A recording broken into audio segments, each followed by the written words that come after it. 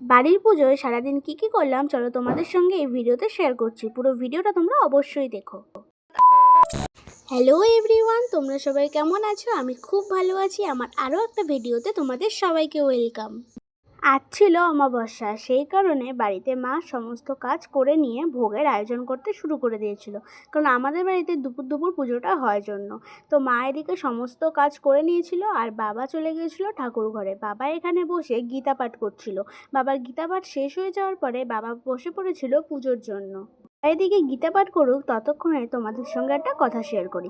জানো তো, আগে যখন আমাদের বাড়িতে মন্দির ছিল না, অর্থাৎ মা কালীর মূর্তি ছিল না, তখন অন্যের বাড়িতে যখন পুজো হতো তখন ভাবতাম যে আমাদের বাড়িতে কবে মন্দির হবে আমরা একটু বাড়িতে পুজো দেবো।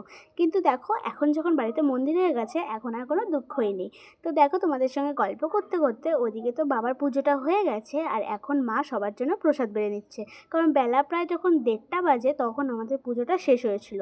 তো পুজো শেষ হয়ে যাওয়ার পরে সবাই খাওয়া দাওয়া করতে বসে পড়েছিলাম। আর তোমাদের ভিডিওটা কেমন লাগলো অবশ্যই কমেন্ট করে জানিও, লাইক কমেন্ট শেয়ার করে।